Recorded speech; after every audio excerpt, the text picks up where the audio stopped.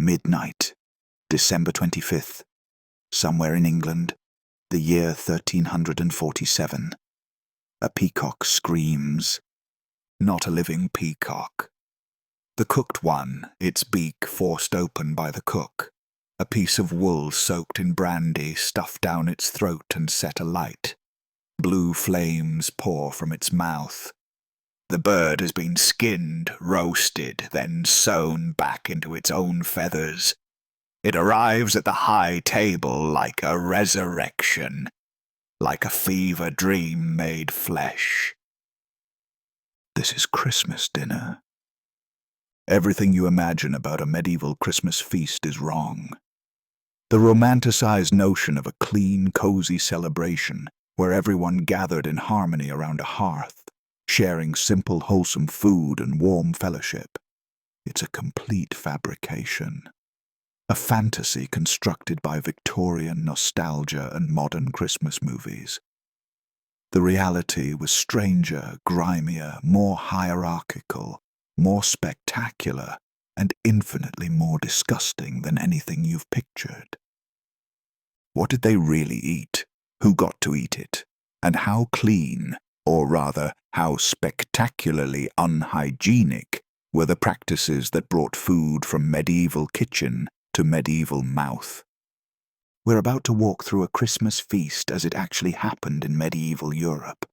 Not the sanitized version, not the fairy tale, the version where swans were served with their heads still attached, where lords ate with their hands and threw bones to the floor for dogs, where the difference between a nobleman's table and a peasant's hovel was measured not in comfort, but in access to birds that could make you gravely ill if improperly prepared.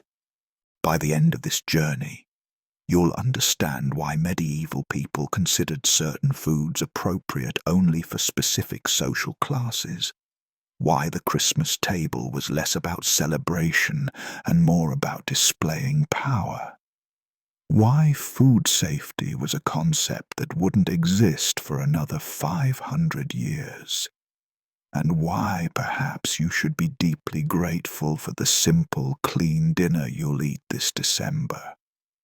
The story begins not in the great hall, but in the cold and dark of a medieval winter, where Christmas was not just a feast, but a desperate celebration of survival itself. Context: the medieval world at Christmas. Medieval Europe in winter was a study in survival. By December, the growing season had ended months ago. The harvest, good or bad, was already stored. Animals that couldn't be fed through winter had been slaughtered in November, their meat salted, smoked, or frozen in the persistent cold. Fresh vegetables were a memory. Fresh fruit was a fantasy. The next harvest lay 4 months away, possibly 5 if spring came late. This was the context of every medieval Christmas feast, not abundance, but the careful management of scarcity. In England, France, Germany, and across Christian Europe, Christmas fell in the darkest part of the year. The winter solstice had just passed. Daylight lasted perhaps 8 hours. The cold was relentless. Houses, even wealthy ones, were drafty, smoky, and perpetually damp. Fuel was expensive, food was expensive, warmth was expensive, everything was expensive. Christmas, then, was not simply a religious celebration. It was a psychological checkpoint in the winter's endurance test. A moment to break open the stores, to eat extravagantly, to pretend, just for 1 day, maybe 3 days, sometimes the full 12 days of Christmas, that winter wasn't winning. But medieval Europe was not a single unified culture. It was a patchwork of kingdoms, duchies, counties, and cities, each with local customs, different levels of wealth, and varying access to trade goods. A Christmas feast in London looked different from one in rural Wales, which looked different from one in the merchant cities of northern Italy, which looked different from one in a German mountain village. What unified medieval Christmas feasting, however, was the rigid social hierarchy that determined everything about who ate what, where, when, and how. Medieval society operated on a principle that seems alien to modern thinking, that different foods were appropriate for different social classes, not as a matter of economics alone, but as a matter of natural order. This wasn't simply about who could afford what. It was about cosmic hierarchy made edible. At the top sat the king and the highest nobility. Below them, the lesser nobility, barons, knights, landed gentry. Below them, wealthy merchants and skilled craftsmen. Below them, free peasants and small farmers. At the very bottom, serfs and landless labourers. Each level had its appropriate foods, and Christmas was the ultimate expression of this culinary hierarchy. The numbers tell the story of medieval inequality with stark clarity. In 14th century England, a prosperous nobleman might consume 2,500 calories per day at Christmas, with meat at nearly every meal. His servants might manage 1,500 calories, with meat once or twice. The peasants working his fields might scrape together 1,000 calories, with meat only on Christmas Day itself, and not much meat at that. But it wasn't just quantity. It was variety. A duke's Christmas table might feature 20 different types of meat and fish. A merchant's table might have 5 or 6. A peasant's table would have 1 if they were fortunate, 2 if the harvest had been exceptional and the Lord generous. And then there were the spices. Black pepper, imported from India, cost more per pound than a labourer earned in a week. Saffron cost more per ounce than silver. Cinnamon, cloves, nutmeg, ginger. These arrived in Europe after months-long journeys by sea and land, passing through multiple middlemen, each taking their profit. By the time they reached a London market, they were literally worth their weight in precious metal. Only the very wealthy could afford to use spices liberally. Christmas was when they did exactly that. Partly for flavour, partly for preservation, and mostly for display. A heavily spiced dish announced to everyone at the table, "I am rich enough to waste money on flavour." The medieval diet, even for the wealthy, was constrained by what could survive the winter. Root vegetables, turnips, onions, leeks, parsnips, cabbages if properly stored, dried peas and beans, grain in various forms, wheat for the wealthy, rye for the middling, barley or oats for the poor, preserved meats, salted pork, salted beef, smoked fish, cheese and butter, though butter didn't keep well without salt, eggs from chickens hardy enough to survive winter, though they laid far fewer in the cold months. Fresh meat came from animals slaughtered close to Christmas. This timing was crucial.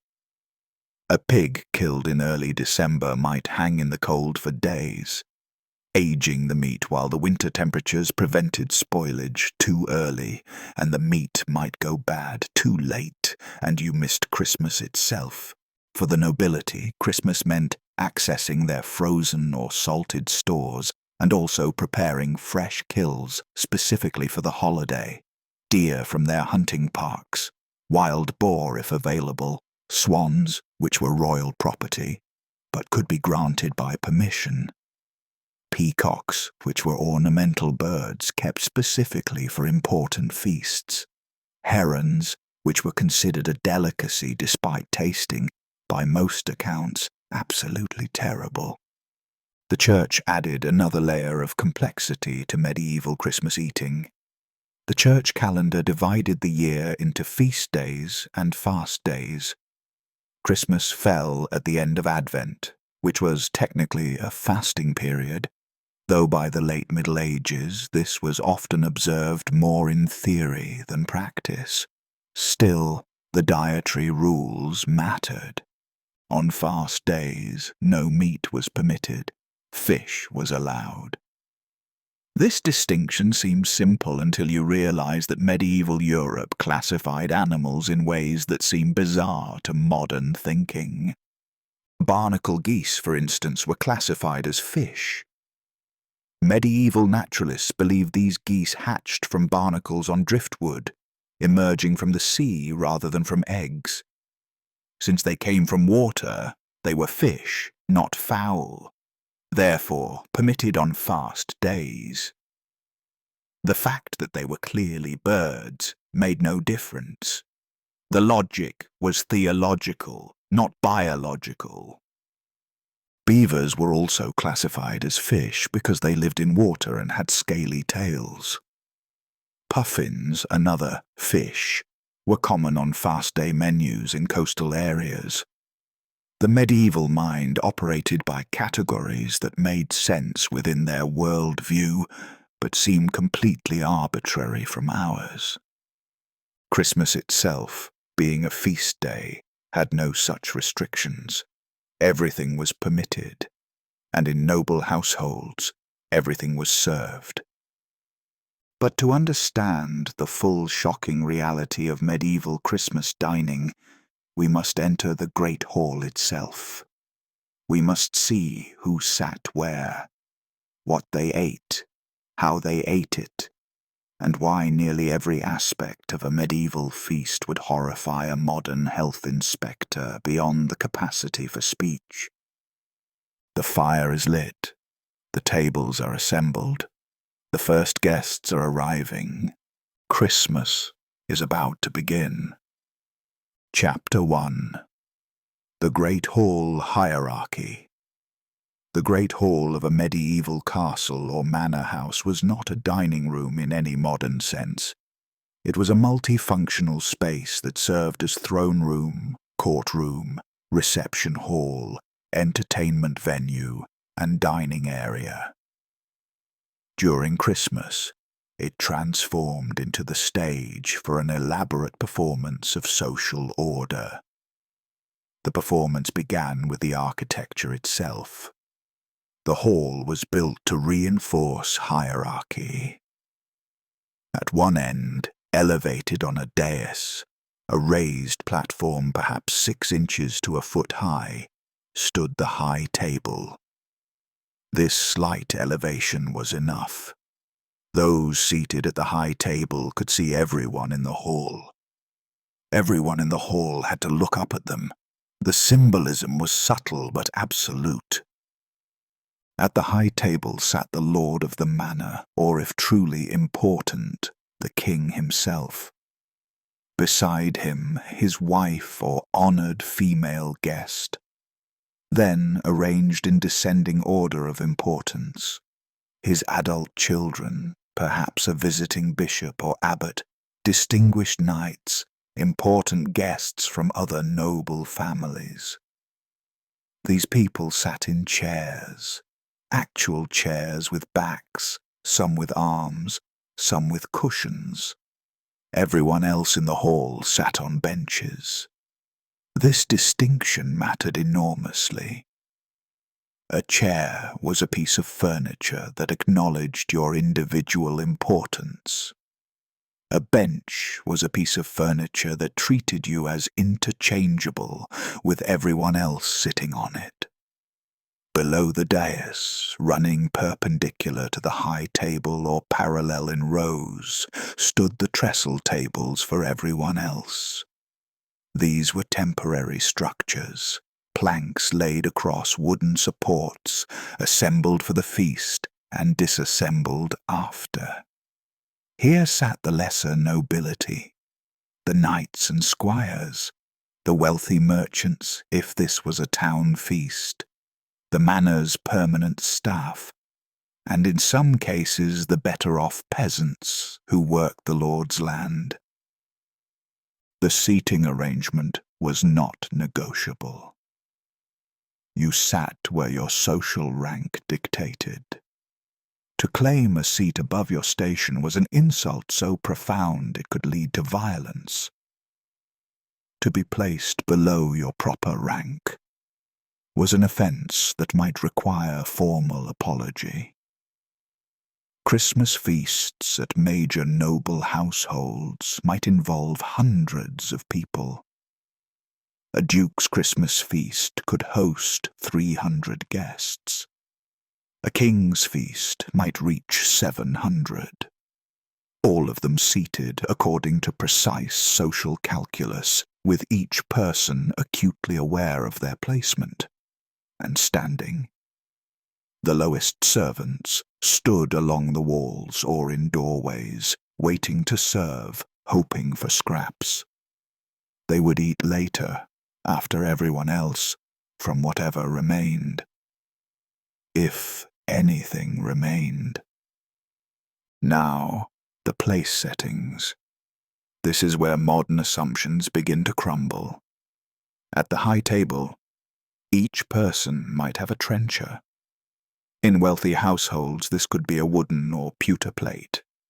More commonly, even at noble tables, a trencher was a thick slice of stale bread, day-old or two-day-old bread cut into a rectangle and hollowed slightly in the center.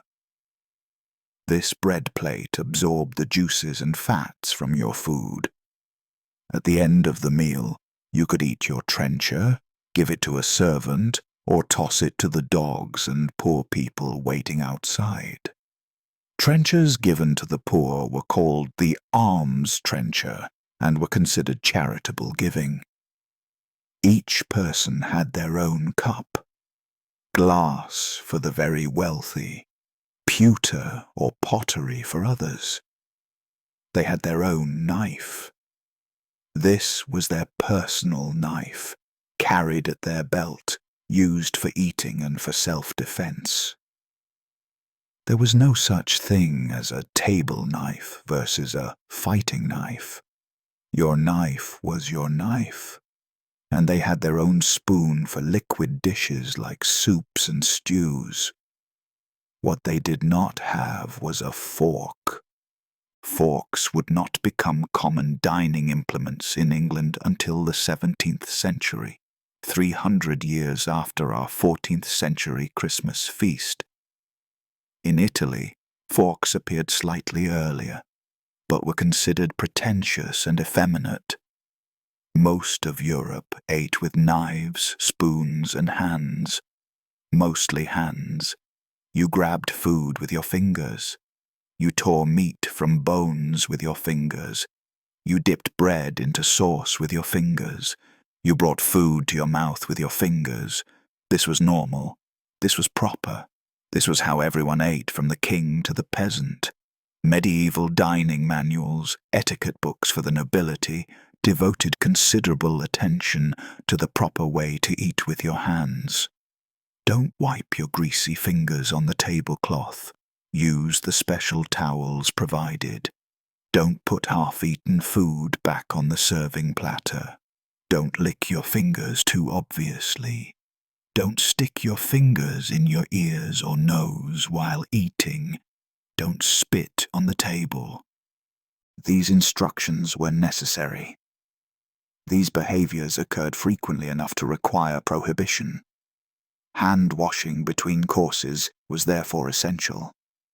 Servants moved through the hall carrying pitchers of water and basins, pouring water over diners' hands. The water drained into the basin, now contaminated with food grease, meat particles, and whatever else had been on those hands. This water was then carried away and dumped somewhere outside. How often was the water changed? The sources are silent on this point. Probably not often enough. Now the food begins to arrive, and with it, the full spectacle of medieval Christmas excess. becomes visible. The procession of dishes at a noble Christmas feast followed a strict order. First came the introductory course, often lighter dishes, though lighter is relative. Frumenti, a wheat porridge with milk and spices, bread, always bread, in multiple forms and qualities, perhaps fish, even though this was not a fast day, because fish was expensive and showed wealth. Then came the main courses, multiple waves of them. At a truly extravagant Christmas feast, there might be 3 full courses, each containing a dozen or more dishes. Not a dozen dishes total. A dozen dishes per course. 36 different preparations, one after another, over 3 or 4 hours. At the high table, servants presented each dish to the lord first, then to the other nobles in descending order of rank. You did not help yourself. You waited to be served. The servant placed food on your trencher. You ate what you were given. At the lower tables, service was communal. Large platters were placed on the table, and people helped themselves. But here, too, hierarchy ruled.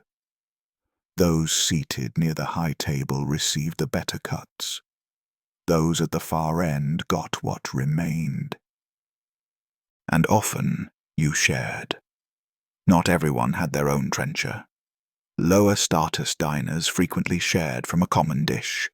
2, 3, or even 4 people eating from the same bowl or platter, dipping the same pieces of bread into the same sauce.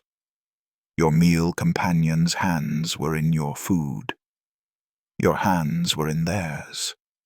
Medieval manners dictated that you should use the side of the shared dish closest to you, that you should not put your mouth on meat and then return it to the shared plate, that you should not blow your nose and then immediately reach for food. The fact that these rules existed tells you how often they were violated. The drinks, too, were communal at lower tables. A single cup might pass between several people. You drank, you passed it on. The next person drank from the same rim. Their lips where your lips had been. At the high table, this was less common. Nobles generally had individual cups.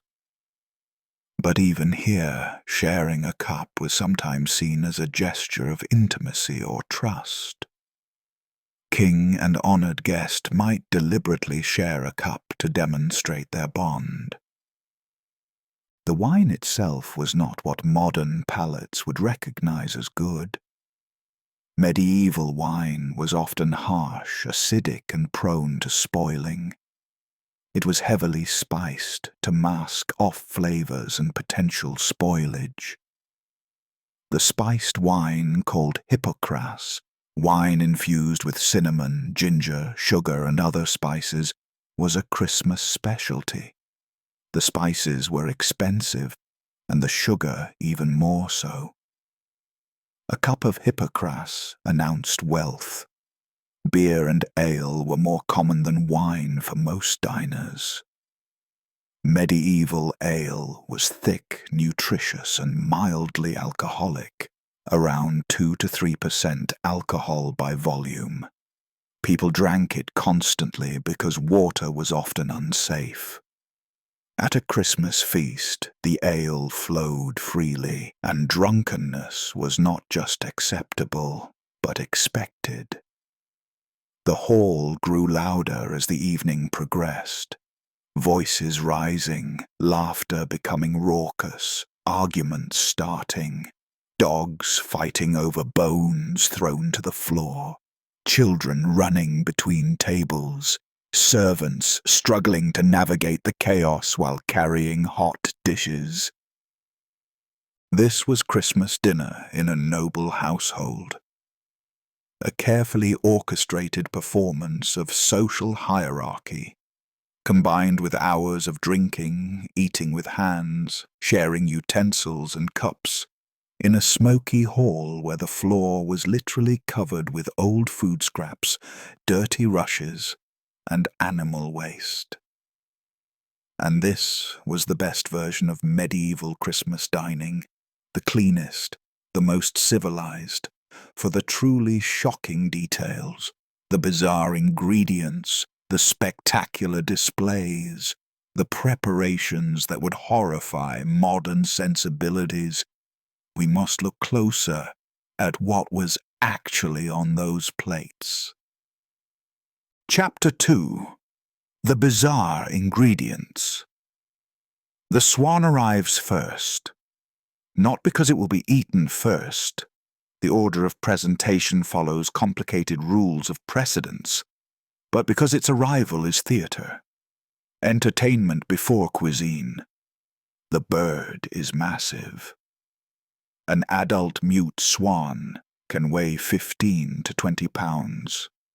This one has been killed, plucked, cleaned, stuffed, roasted until golden, and then, in a display of culinary technical prowess that seems insane, sewn back into its own skin and feathers. The white plumage is intact, arranged artistically. The feet remain attached, still orange and webbed. The head sits proudly on the long, curved neck. It looks alive. It looks like it might, at any moment, unfold its wings and fly away. That's precisely the point.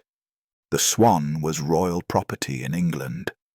Killing one without royal permission was poaching, punishable by law.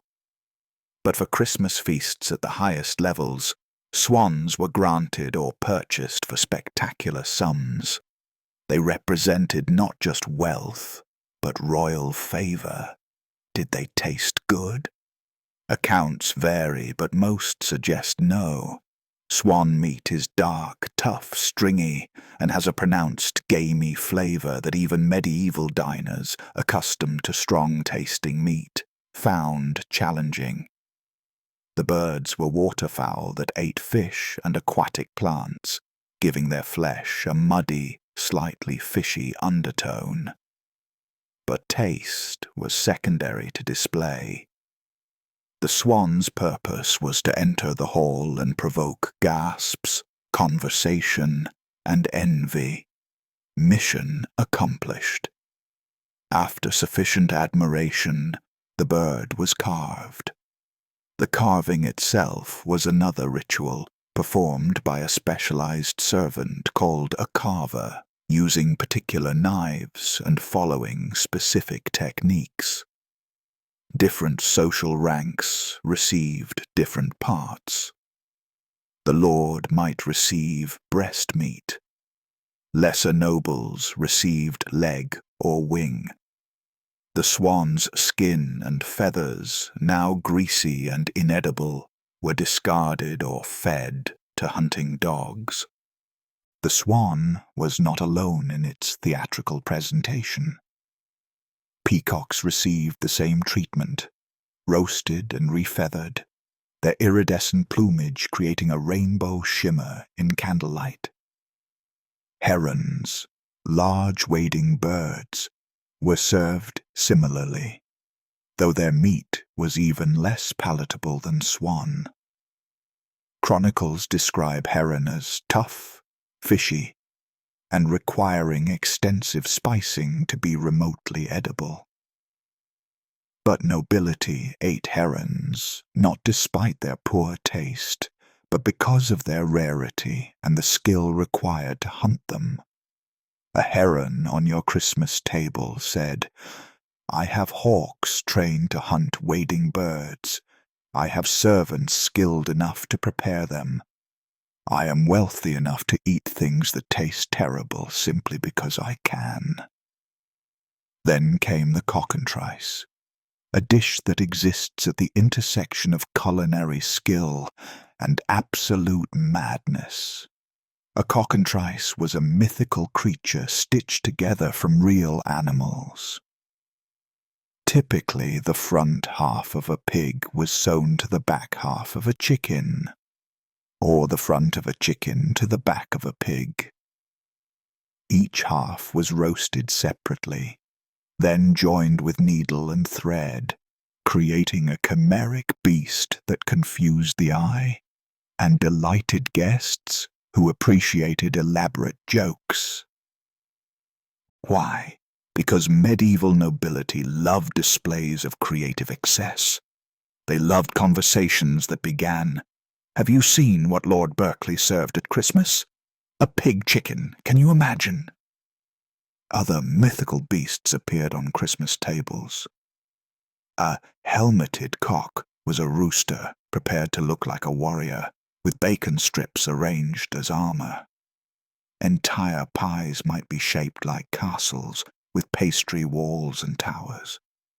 Some pies contained live birds, small finches or other songbirds that burst out when the crust was cut, flying around the hall to delighted shrieks from guests. The famous rhyme, 4 and 20 blackbirds baked in a pie, refers to this real medieval practice. The pie was specially constructed with a hollow space. After baking the crust separately, live birds were placed inside just before serving. When cut, they escaped, creating entertainment value that apparently outweighed any concerns about sanitation or terrified birds defecating in your dining hall.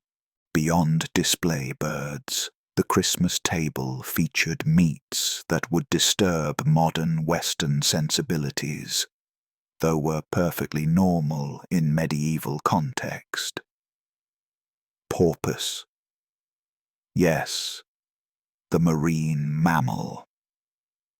Porpoises were classified as fish by the medieval church because they lived in water. Therefore, they could be eaten on fast days. This classification meant porpoises were familiar menu items in coastal areas.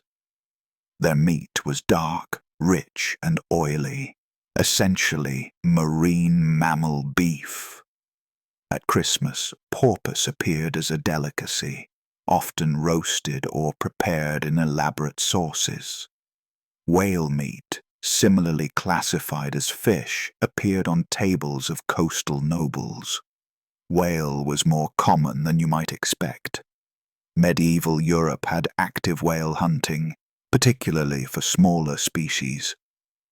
The meat was salted and sold inland, becoming a prestigious import. Seal meat was eaten in northern regions. Dolphins, when caught, were treated like porpoises and consumed. The medieval diet included essentially any animal that could be caught, killed, and preserved without modern squeamishness about which species were acceptable food. Small birds were Christmas delicacies: larks, sparrows, finches, roasted whole and eaten bones and all, like popcorn shrimp. A dish of small birds might contain 20 or 30 tiny roasted songbirds. You grabbed one by its miniature roasted feet, bit off the head if you wished, and consumed the entire body. The bones crunched between your teeth. The organs burst in your mouth.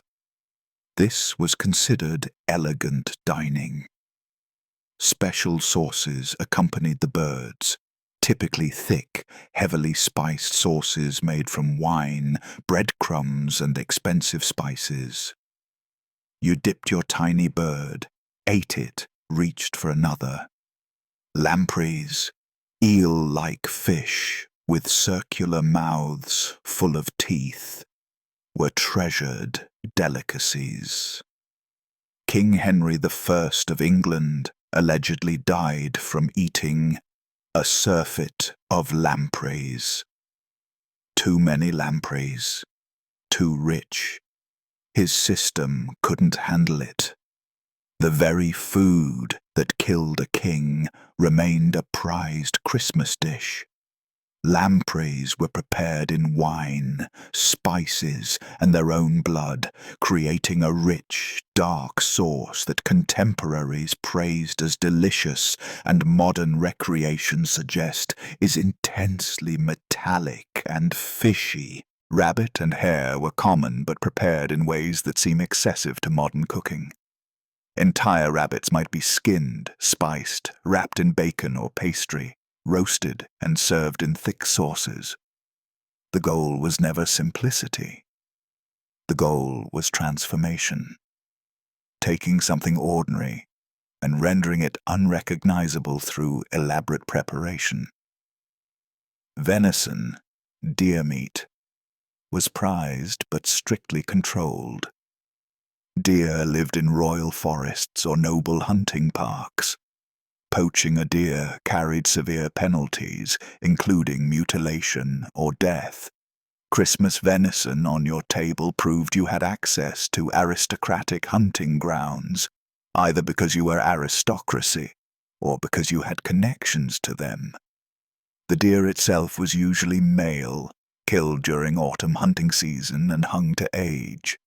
Medieval taste preferred slightly aged meat, what we would consider the first stages of decomposition. Aged venison developed strong flavors that medieval palates enjoyed and that complemented the heavy spices used in cooking. Boar was the Christmas meat of legend. Wild boar, hunted in forests, was dangerous prey that could kill hunting dogs and gore hunters with its tusks. A successful boar hunt was an accomplishment worth celebrating. The boar's head, served whole at feast, was a Christmas tradition that persisted for centuries. The boar's head arrived on an enormous platter, sometimes carried by multiple servants due to its weight. An adult male boar's head could weigh 25 pounds. The head was boiled, roasted, or both. Boiled first to cook through, then roasted to crisp the skin. The eyes were often replaced with decorative elements, polished stones, or preserved cherries. An apple, lemon, or orange was placed in the mouth. Herbs surrounded the platter.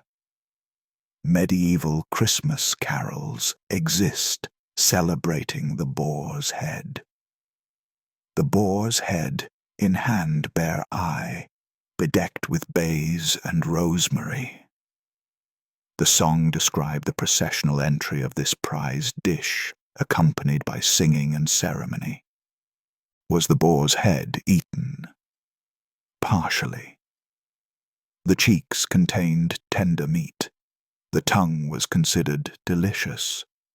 The brain could be extracted and eaten, but much of the head was cartilage, bone, and presentation. It was consumed more as spectacle than sustenance. And then there were the jellies. Medieval nobility loved jellied dishes, meat aspics that wobbled and shimmered on platters.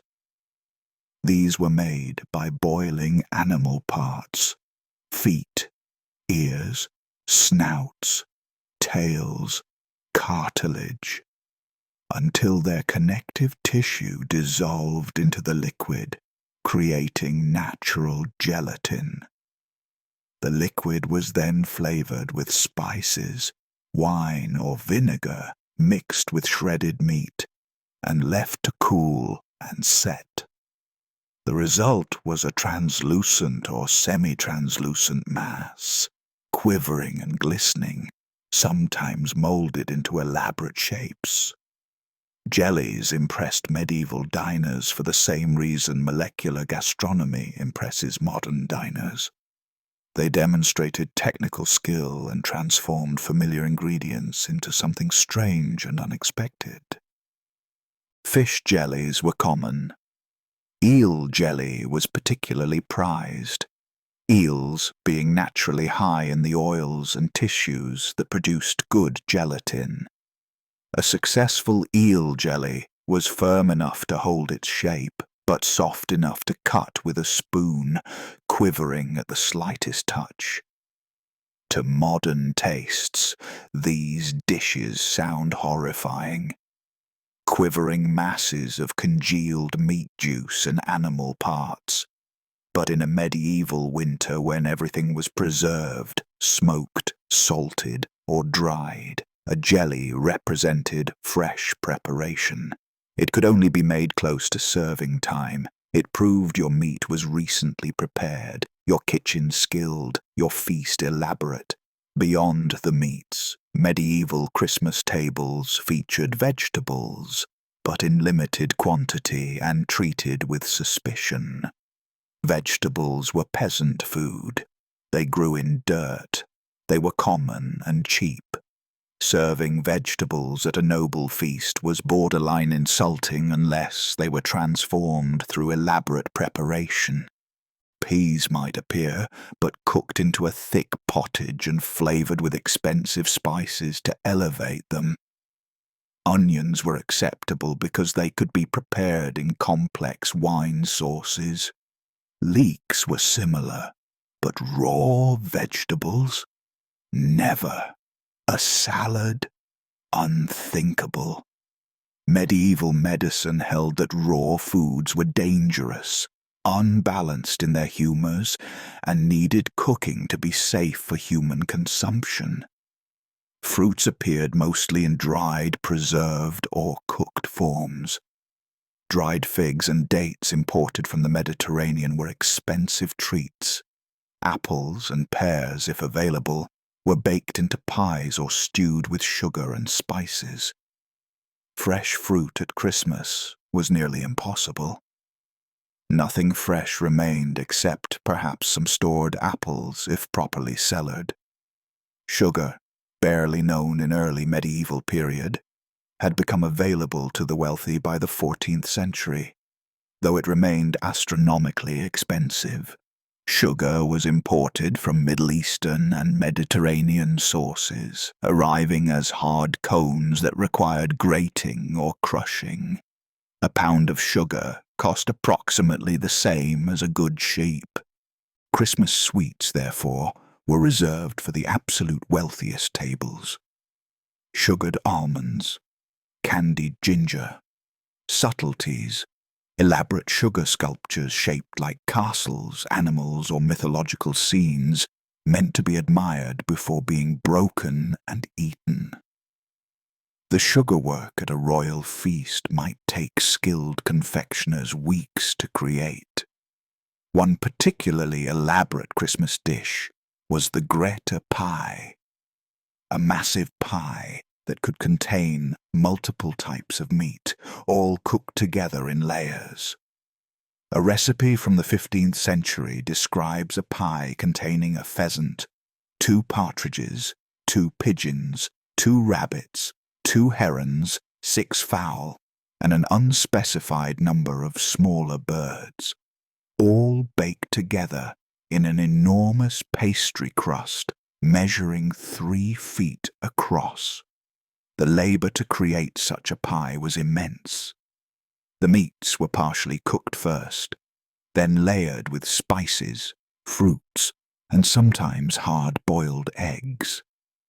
The pastry crust had to be thick and strong enough to hold everything without collapsing during baking, which could take 6 to 8 hours in a medieval oven. Was all of this eaten? Not entirely. A feast served far more food than could be consumed. Excess was the point. Abundance demonstrated wealth. Having leftovers wasn't wasteful. It was essential. Leftovers went to servants, to the poor waiting outside, to the dogs and pigs. But first, they established your status as someone who could afford to waste food. The economic calculation was brutal but simple.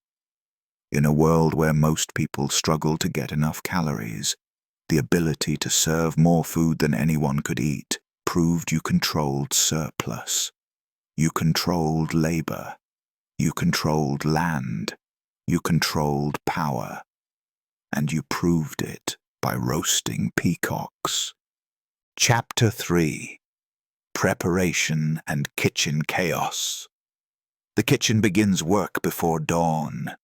Christmas Day requires the labor of dozens of people working for 10, 12, sometimes 15 hours straight to produce the evening's feast. This is not cooking. This is industrial food production performed with medieval technology. The medieval castle or manor kitchen was a separate building or well-separated room within the main structure.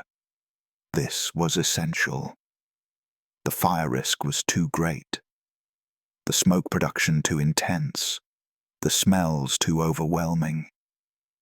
A great kitchen might have 3, 4, or even 5 separate hearths. Massive fireplaces where entire pigs, sheep, or oxen could be roasted on spits. Each hearth required its own team. Boys turned the spits hour after hour, ensuring even cooking. This was exhausting, hot work. The boys stood mere feet from blazing fires, turning heavy metal spits with 50 or 60 pounds of meat attached. They tied wet cloths around their faces to shield from heat and smoke. They rotated out every 30 minutes to hour to prevent collapse. Above the fire, the meat dripped fat and juices into shallow metal pans positioned to catch the drippings. These drippings were continuously basted over the meat using long-handled brushes or ladles. Nothing was wasted.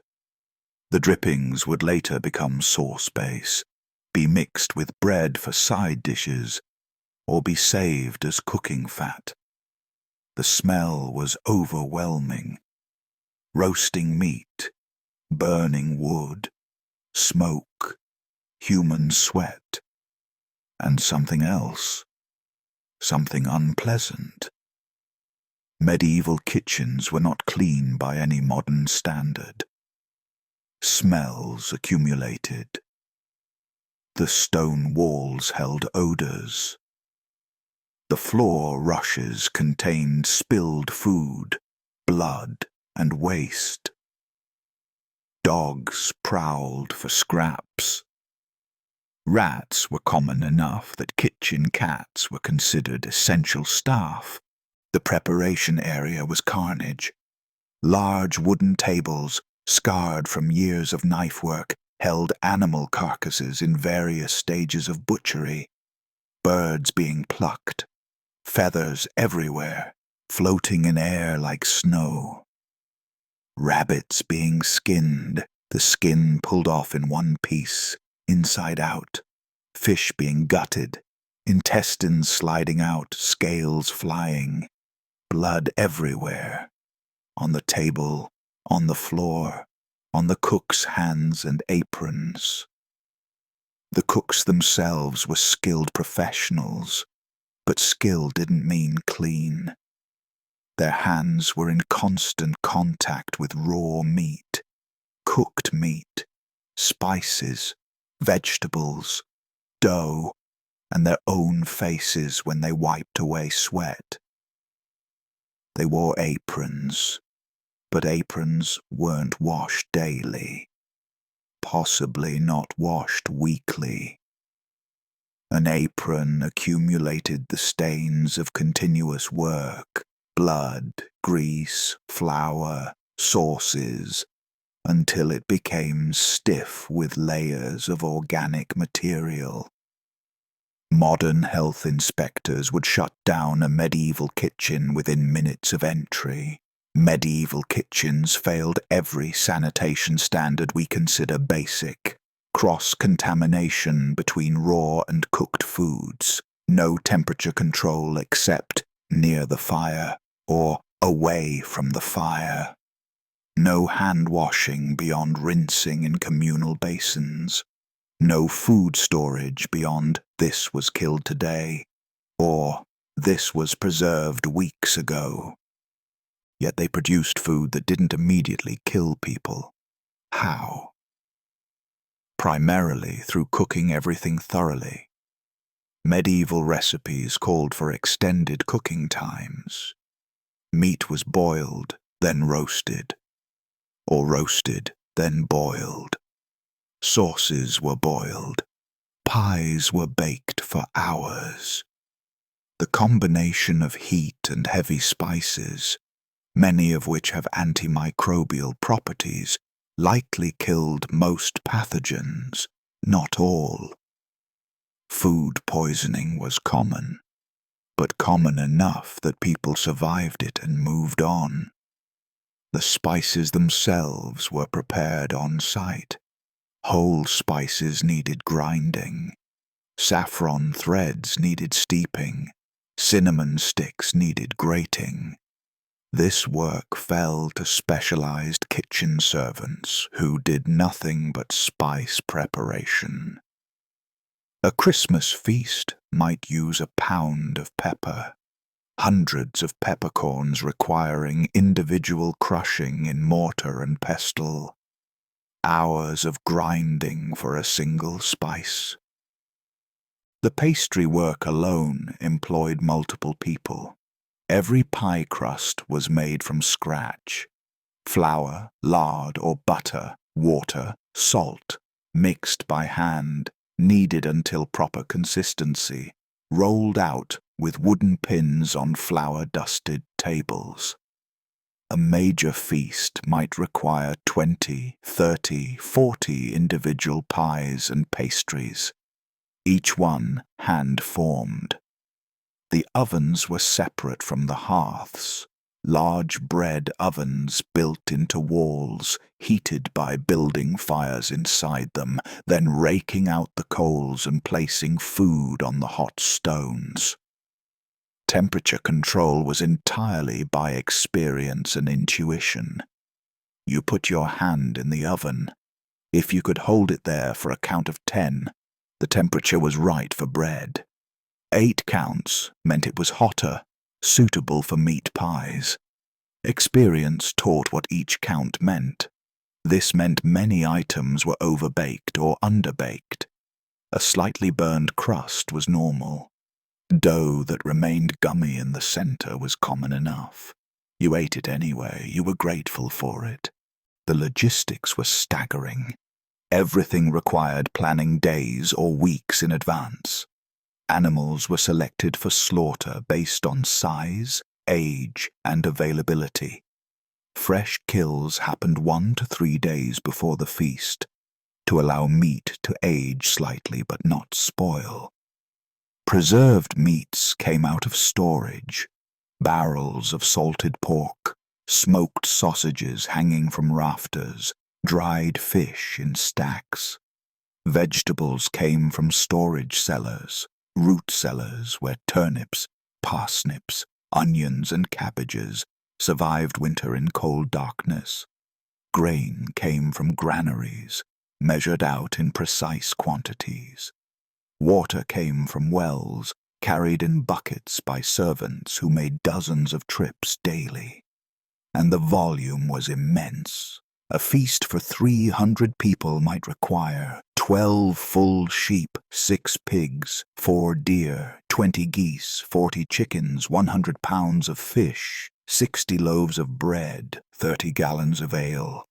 These are conservative estimates. Wealthy households served even more. Each item required processing. 12 sheep meant 12 animals to slaughter, skin, gut, butcher, and prepare. This happened in a separate butchery area, another chaotic, bloody space where carcasses hung from hooks and knives flashed in practiced hands. The fish, if fresh, arrived alive. Freshwater fish from manor ponds or rivers. They were killed on site, scaled, gutted, and prepared. Salt fish came already preserved but needed soaking to remove excess salt, then cooking in multiple changes of water. Bread baking alone occupied several servants full-time for days before Christmas. The wheat was ground, the flour sifted, the dough mixed, kneaded, shaped, left to rise, and baked in batches. Medieval bread was dense, heavy, and nourishing, far from modern light white bread. Whole grain bread for servants. Refined white bread for nobles. Each loaf hand-formed. Sauces were crucial. Medieval cuisine used sauces heavily, thick, complex sauces made from wine, vinegar, stock, breadcrumbs, ground nuts, and expensive spices. The sauces served multiple purposes, adding flavor, demonstrating wealth through spice use, masking any off flavors in meat that was perhaps not perfectly fresh, and making tough meat more palatable. A single sauce might require an hour of constant stirring over fire. The cook added ingredients in specific order, adjusted consistency with breadcrumbs or liquid, tasted repeatedly, and adjusted spicing. This work demanded attention and skill. A burned sauce wasted expensive ingredients and hours of labor. The kitchen hierarchy mirrored the social hierarchy outside. At the top, the head cook, often a man of some status, possibly even a knight in royal households.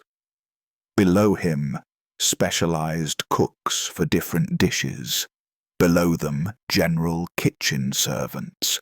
At the bottom, children and the lowest laborers doing the most basic, dirtiest tasks. Burns were constant, working near open flames, handling hot metal, moving boiling pots and steaming dishes. Kitchen work meant regular burns. Serious burns could end a servant's ability to work. Medical care was minimal. Most burns healed slowly or left permanent scars. Kitchen workers' hands were a map of their labor. Scars, healed burns, missing fingertips from knife accidents. The noise was incredible. Dozens of people shouting to be heard over fire roar, metal clanging, chopping, the screaming of pigs being slaughtered, the squawking of chickens, the barking of dogs, the crying of children sent on errands. Medieval kitchens on feast days were sensory overload. Sight, sound, smell, heat, chaos. And coordination was everything. Each dish needed to finish at the correct time. The swan needed to arrive when the high table was ready for it. The boar's head needed to be hot, but not too hot to carry. The sauces needed to be fresh. The bread needed to be available throughout. A head servant, often the steward of the household, coordinated everything. He knew the order of dishes. He knew which servants carried which plates. He knew the timing. He walked between kitchen and hall, reporting on the meal's progress, adjusting the pace of service. Any failure reflected on the household. A dish arriving cold was embarrassment. A dish arriving late disrupted the careful orchestration. The wrong dish arriving out of order confused guests and violated the expected hierarchy of service. The pressure was immense. Kitchen staff worked under threat of dismissal, physical punishment, or simply failure in front of the entire household. A Christmas feast was when the kitchen was most visible, most judged, most tested. And yet, for all this labor, most of the kitchen staff would not eat from the feast they prepared.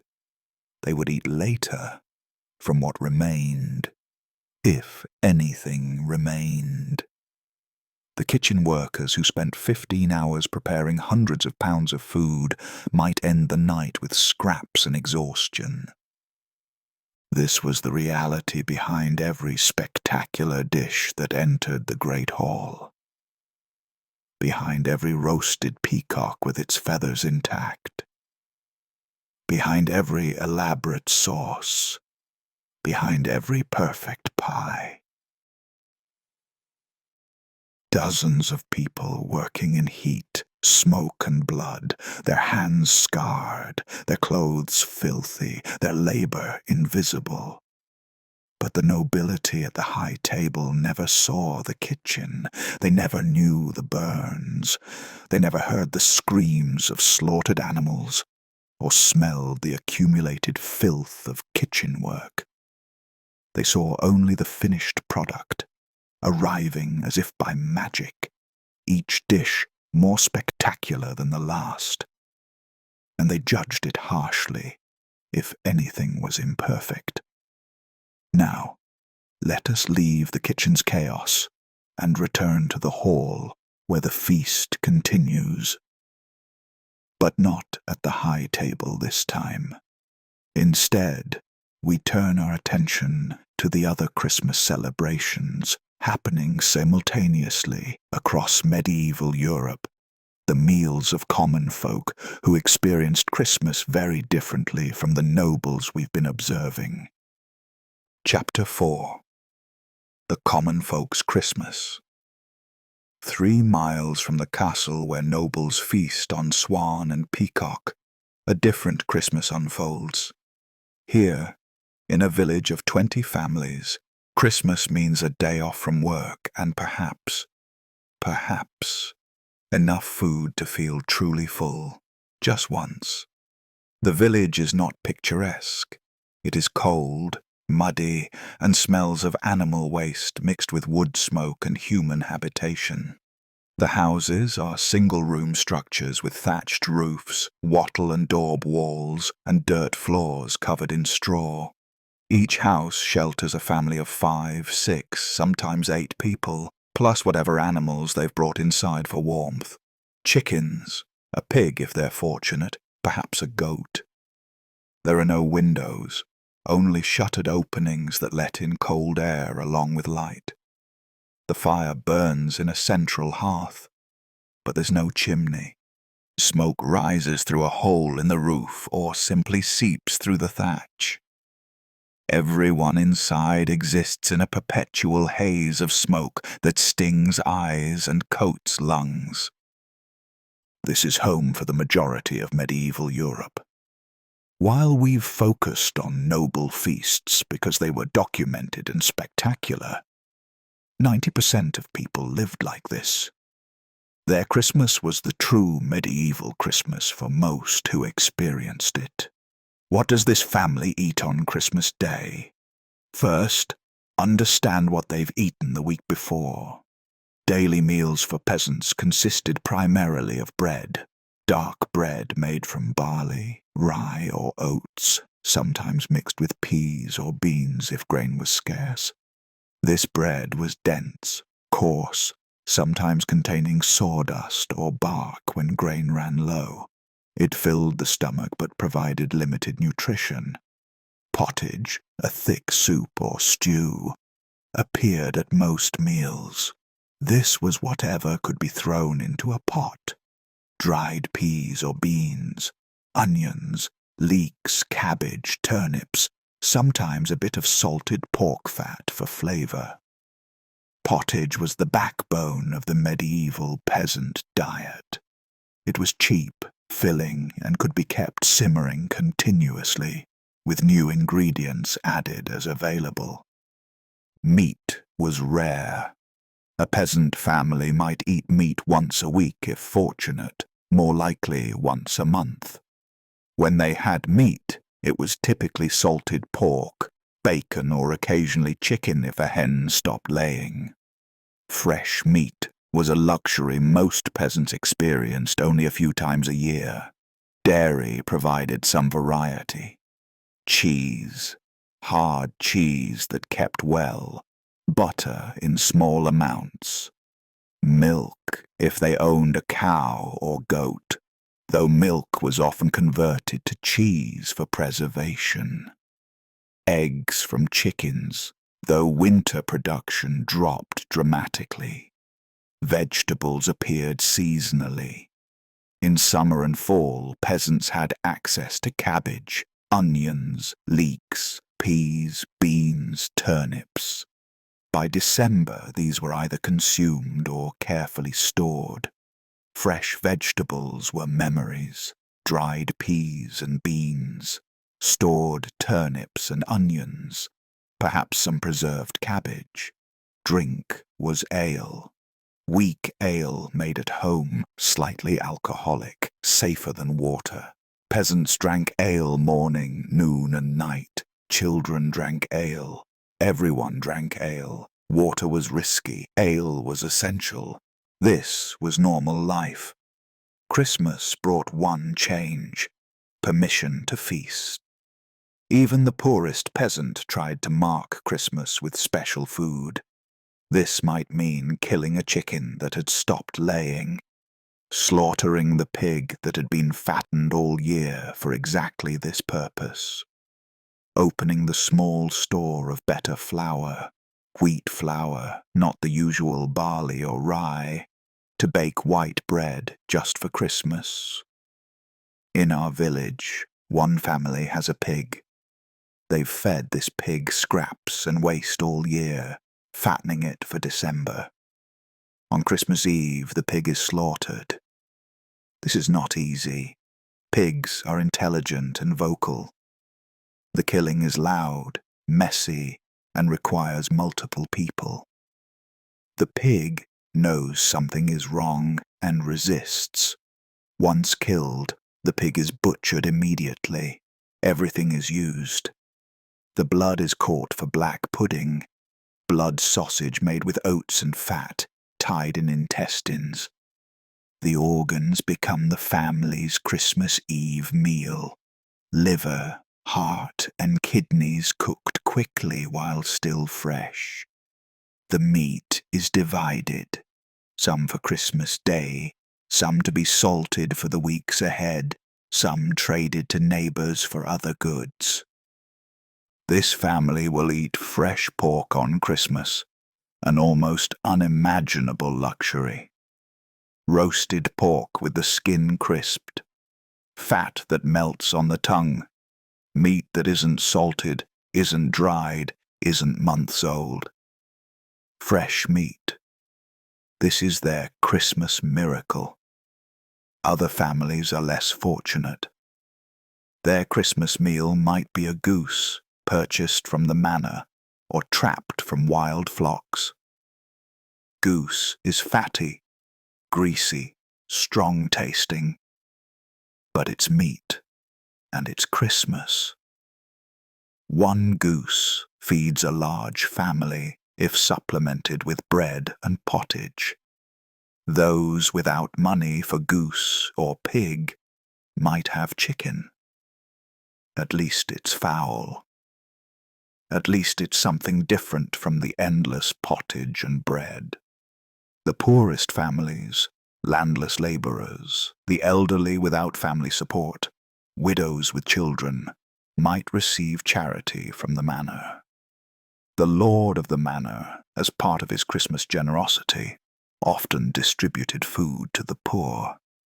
Bread, perhaps some ale, occasionally meat. This wasn't pure charity. It was social obligation, a demonstration of the Lord's benevolence and the peasants' dependence. The family with the pork sits down to their Christmas meal. There are no plates. They eat from wooden trenchers or bowls. There is no silverware beyond wooden spoons. They use their hands, tearing meat, dipping bread into the roasted pork fat. The meal is simple, but represents more calories and more animal protein than they'll consume in the next month combined. They eat until uncomfortably full, something that happens perhaps 3 or 4 times a year. Tomorrow they'll return to pottage and bread. But today is Christmas.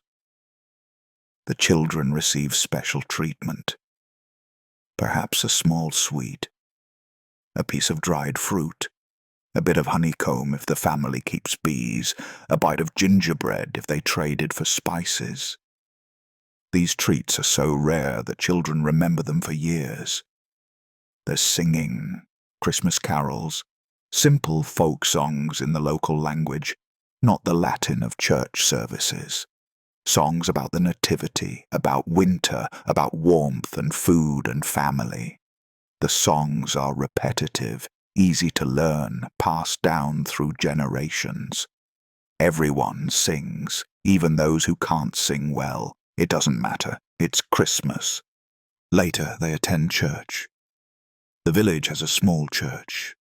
Stone-built, draughty, barely warmer inside than outside. The priest conducts Christmas Mass in Latin that most villagers don't understand. But they understand the ritual. They understand this day is sacred. They understand they should be grateful. The sermon, if delivered in the local language, probably reminds them that earthly suffering is temporary and heavenly reward awaits the faithful. That their poverty is God's will.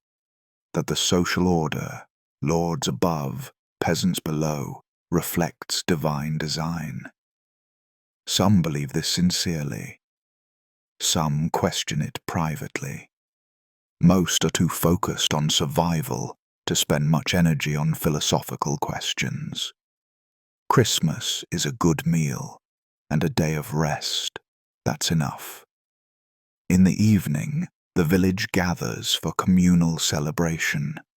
Different from the formal feast at the manor, this is neighbors sharing space, warmth, and what little they have. Someone produces a musical instrument, a simple pipe or drum. There's dancing, not elegant court dancing, but energetic, communal folk dancing.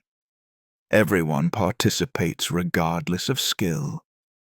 Ale flows more freely than usual.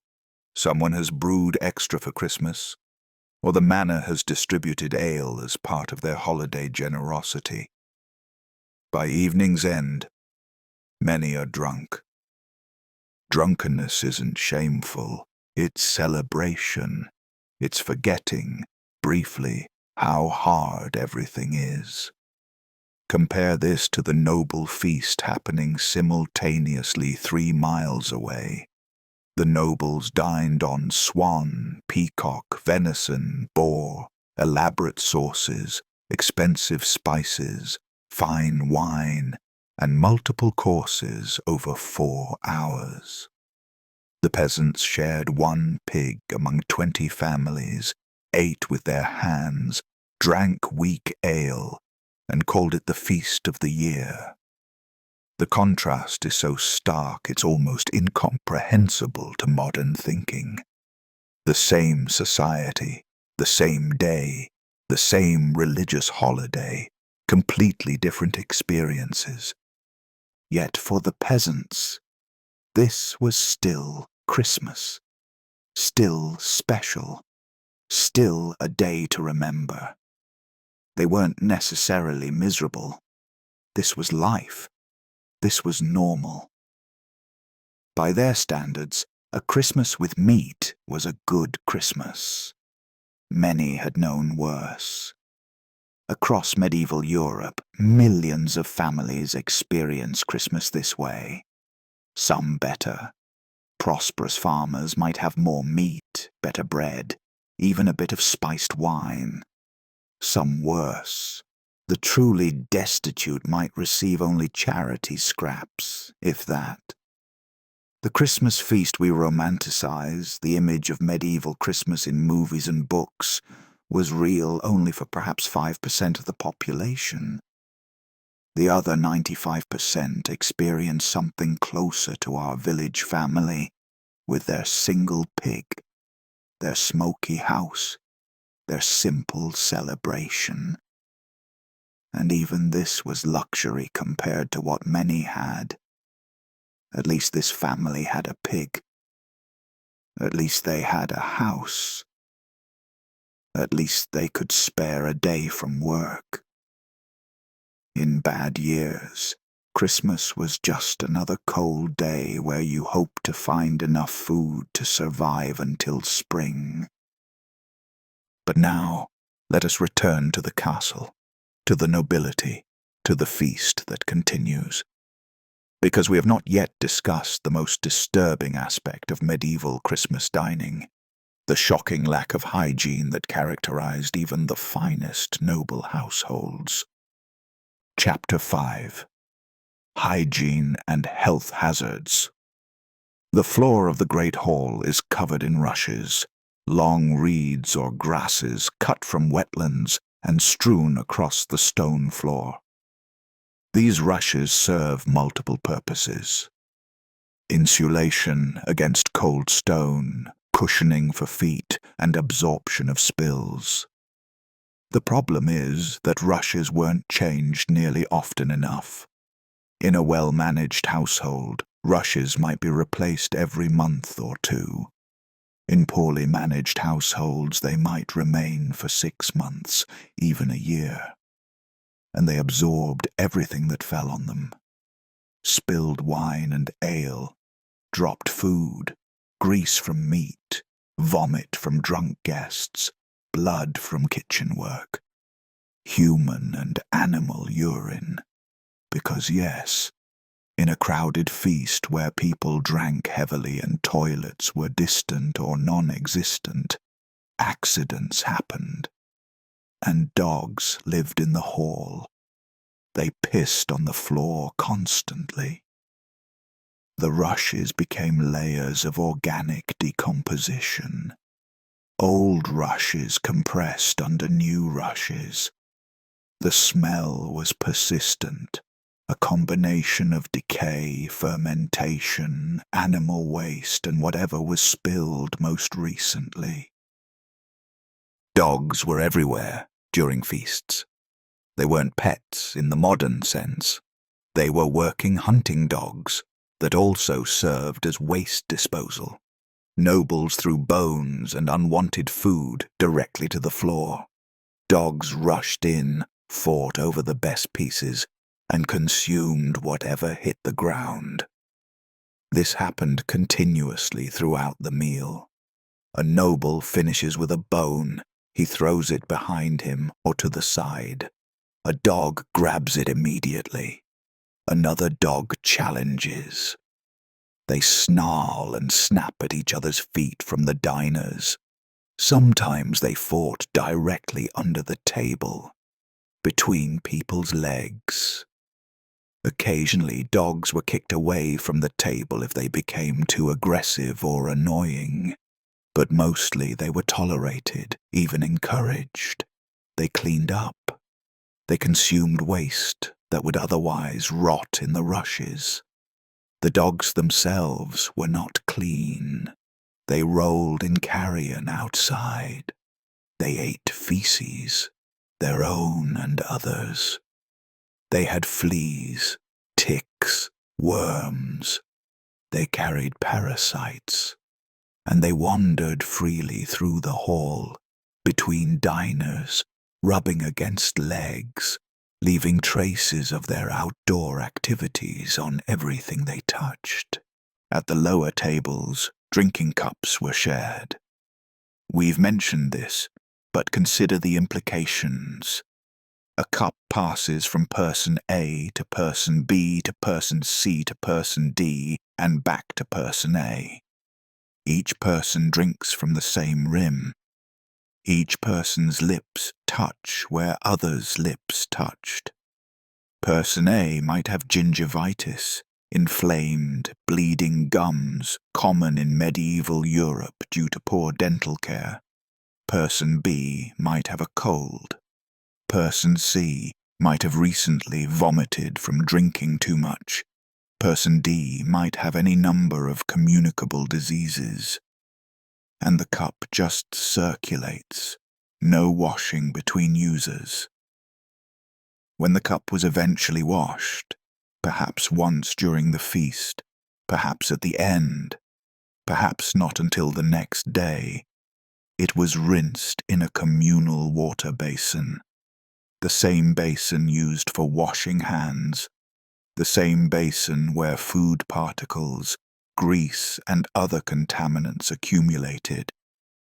The wash water itself became a soup of bacteria and viruses. The same applied to shared serving bowls. Multiple people dipping their hands into the same dish, their fingers touching food that others would then eat. Their hands that had previously torn meat, wiped greasy faces, scratched itches, picked noses, touched dogs, handled who knows what. Hand-washing between courses did occur at noble tables. This was considered good manners.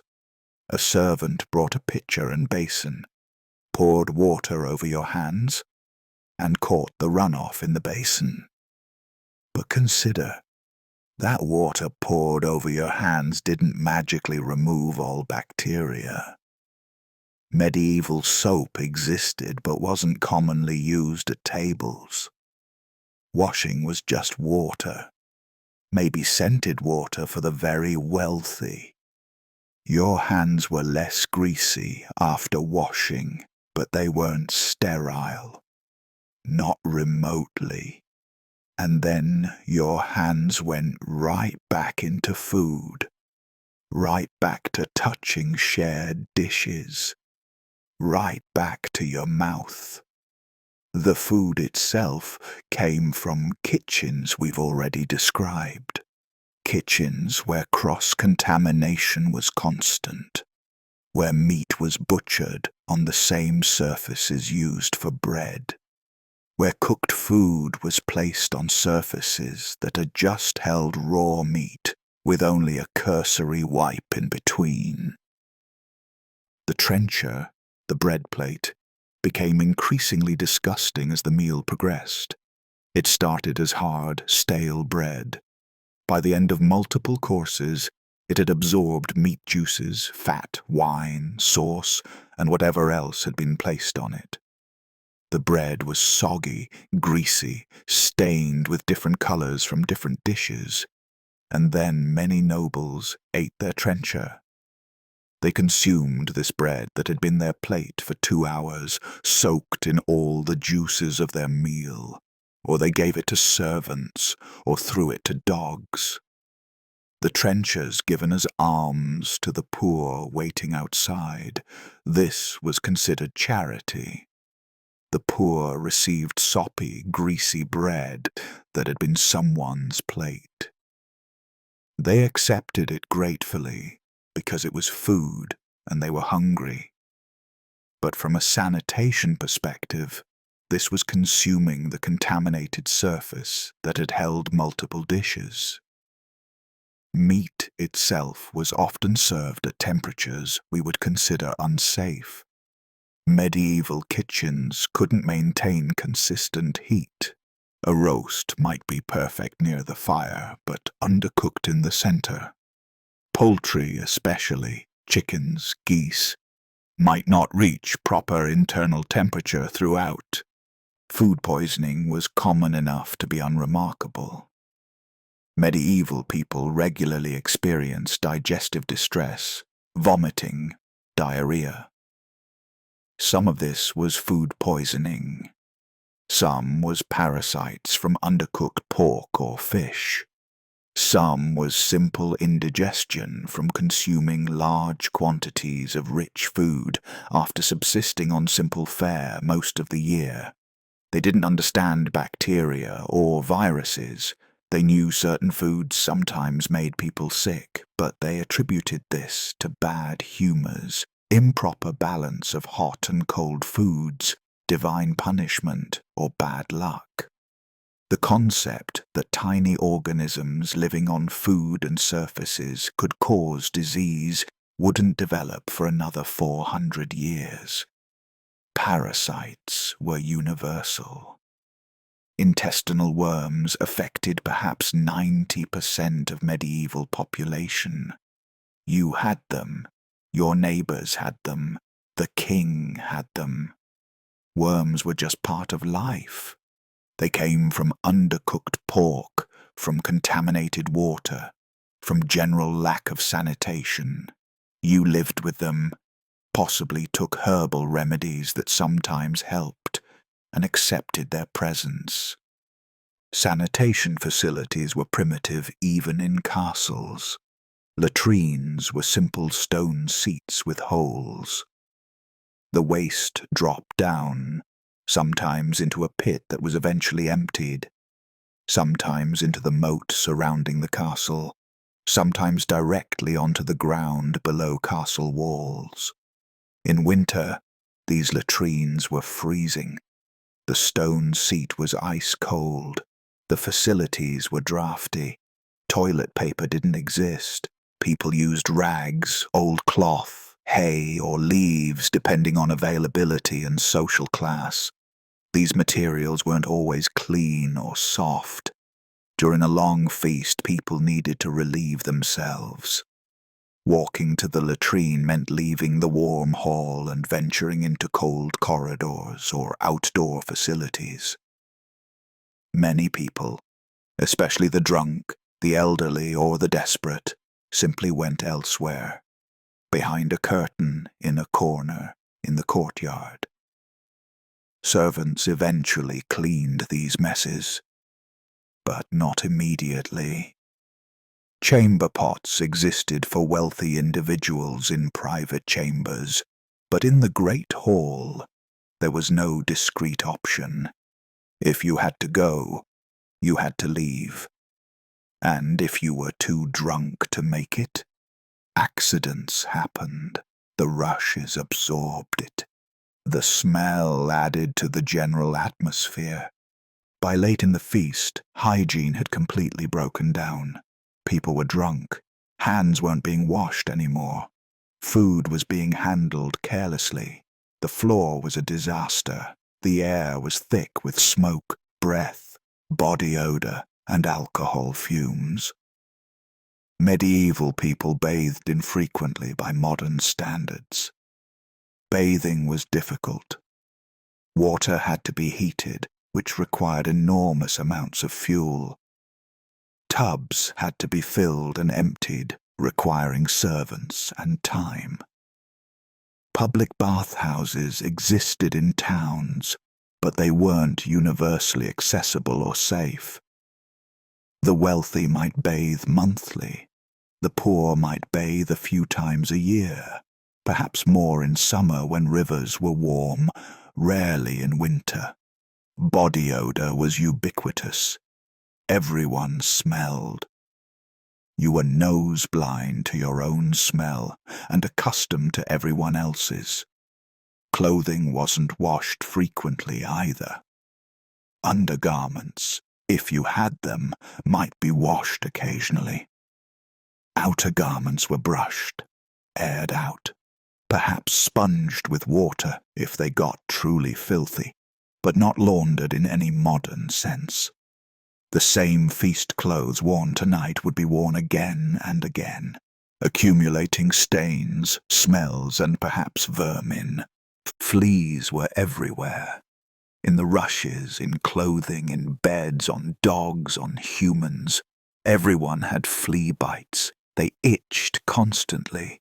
You scratched. You developed tolerance. Fleas were unavoidable, like worms, like body odor. Like everything else that modern hygiene has eliminated. Lice were similarly common. Head lice, body lice, they lived in hair, in clothing, everywhere. Delousing was a regular grooming activity. People checked each other's hair for lice and nits, crushing them between thumbnails when found. This was considered normal social grooming, like brushing hair.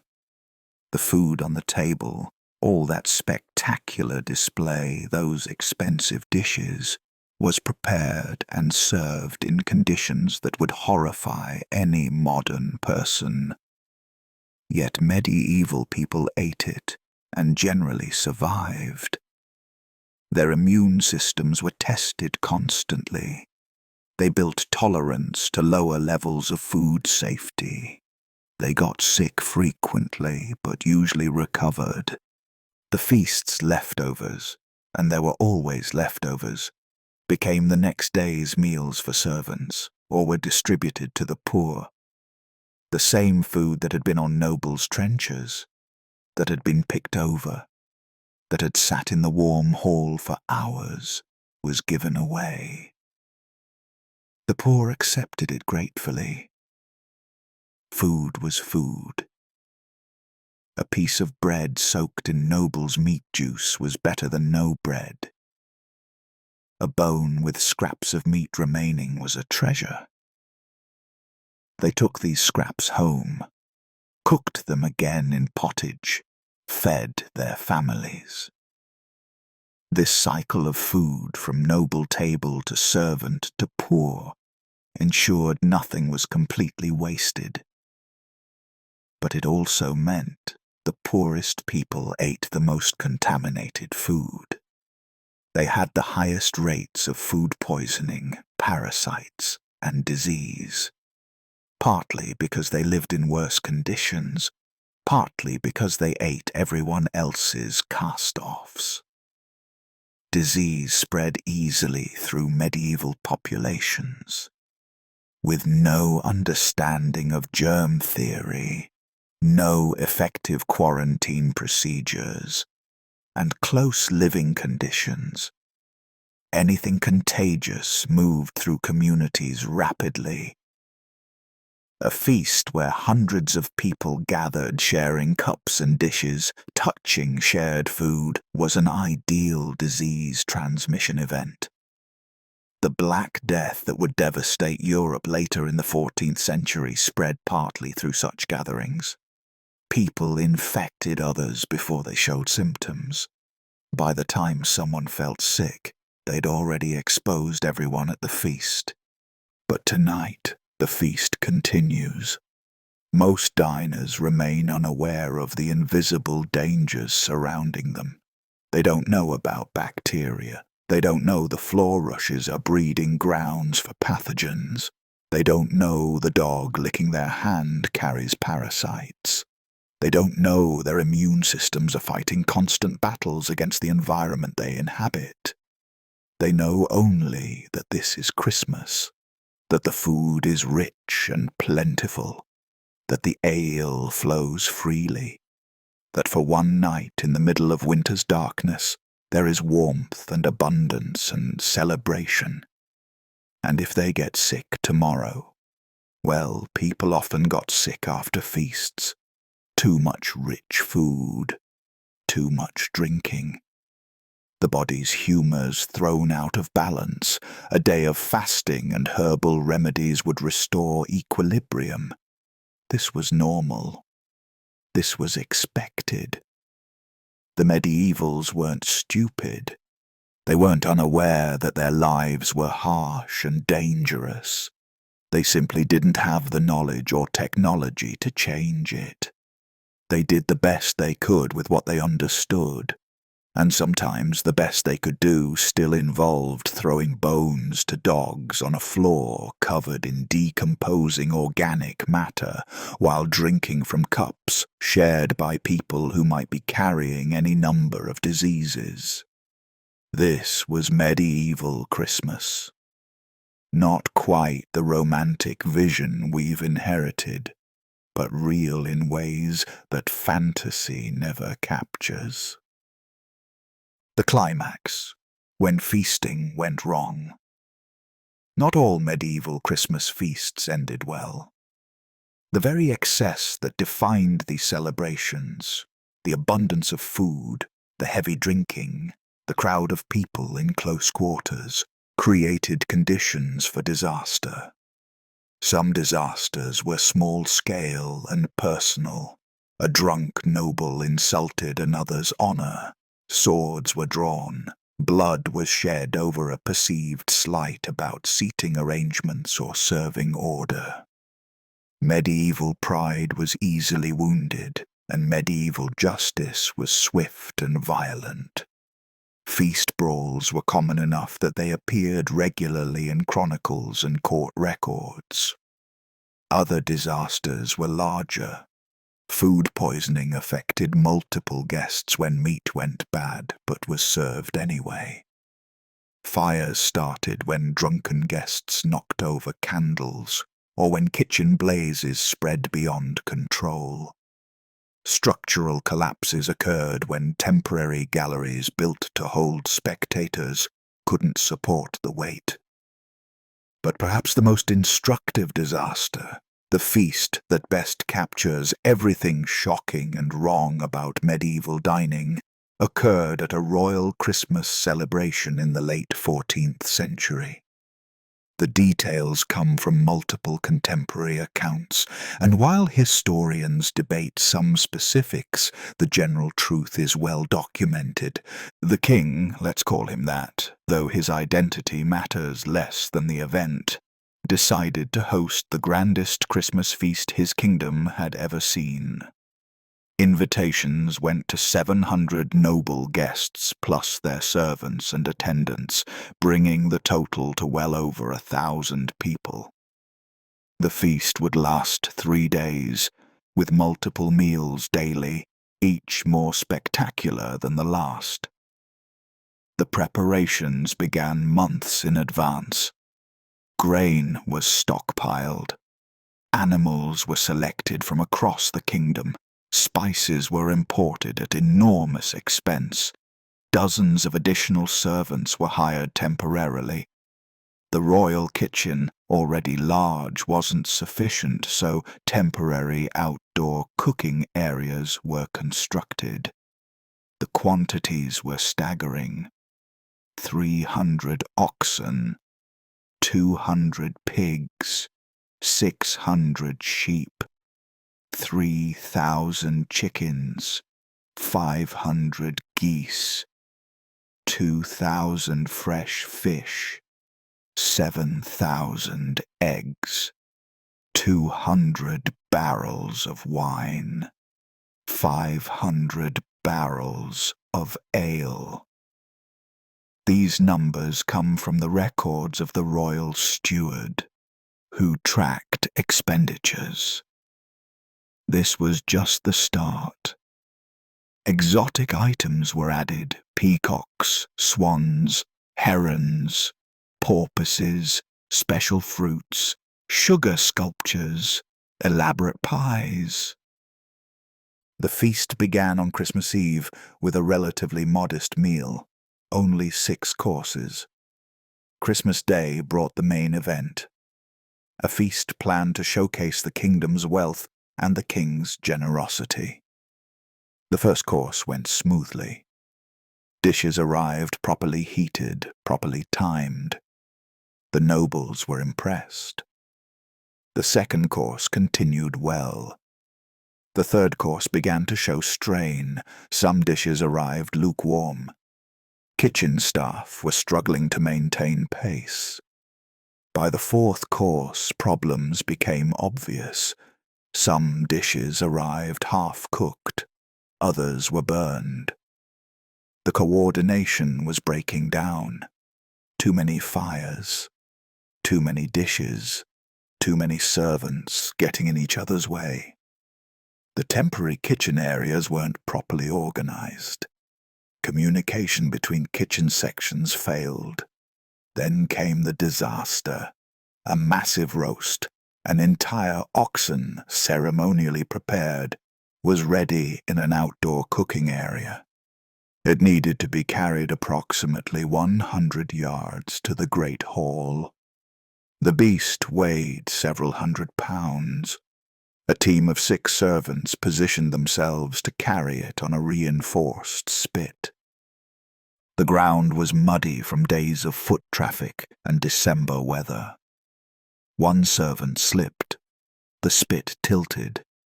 Another servant lost his grip trying to compensate. The entire roast, hours of work, enormous expense, a centerpiece of the feast, crashed to the muddy ground. In modern terms, this was inconvenient but not catastrophic. You lose the roast, you adjust the menu, you apologize to guests. In medieval terms, this was a disaster of horrifying proportions. The king's feast was ruined.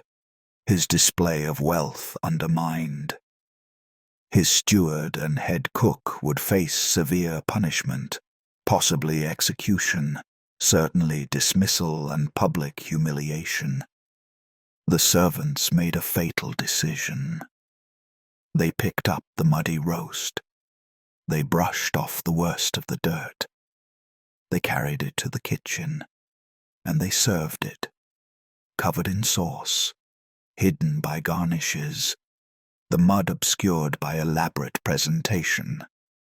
The roast entered the great hall to applause, was carved, and was distributed to guests. Some guests noticed the gritty texture, the slightly off taste. Most were too drunk or too focused on other dishes to care. A few complained, but were dismissed. The meat was heavily spiced. Perhaps the spices were coarser than usual. By late evening, people began feeling ill. First a few, then dozens, then hundreds. Stomach cramps, vomiting, diarrhea. The symptoms progressed through the night and continued into Christmas Day. The feast had to be suspended. Nobles were too ill to attend. Servants who had eaten the leftovers were incapacitated. The castle descended into chaos. Hundreds of people simultaneously sick. Not enough chamber pots or latrines. Not enough servants who weren't themselves ill to help. Several people died. The elderly, the very young, those with compromised health. They couldn't survive the massive food poisoning combined with the dehydration and stress. The investigation revealed the truth. The servants who served the muddy roast confessed under threat of torture. The head cook admitted his role in the deception. The steward claimed ignorance, but was held responsible for inadequate supervision. The punishments were severe. The head cook was executed, hanged in the courtyard as an example. The servants who dropped the roast were beaten and exiled. The steward was stripped of position and lands, essentially destroyed economically and socially. This outcome might seem excessive to modern sensibilities, but in medieval thinking, these servants had committed multiple crimes. They'd ruined the king's feast. They'd poisoned nobles. They'd covered up their mistake rather than confessing, and they'd made the king look foolish. Any one of these might warrant death. Combined, the punishment was considered appropriate. The king himself survived. He had eaten primarily from other dishes, but his reputation suffered. Word spread of the disastrous feast. Other kingdoms heard. The king had tried to demonstrate wealth and power, but instead demonstrated that he couldn't even feed guests safely.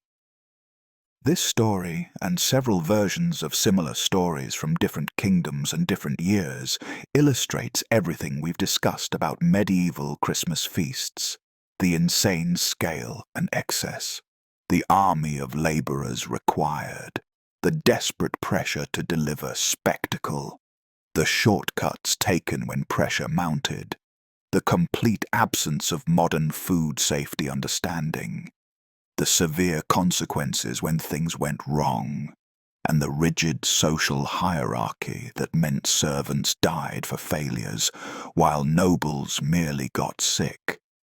Medieval feasts were theatre, warfare, and gambling all combined.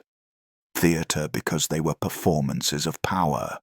Warfare because failure had life or death stakes.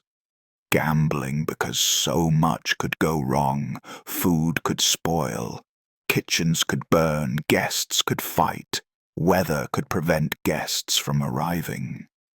Every successful feast was a minor miracle.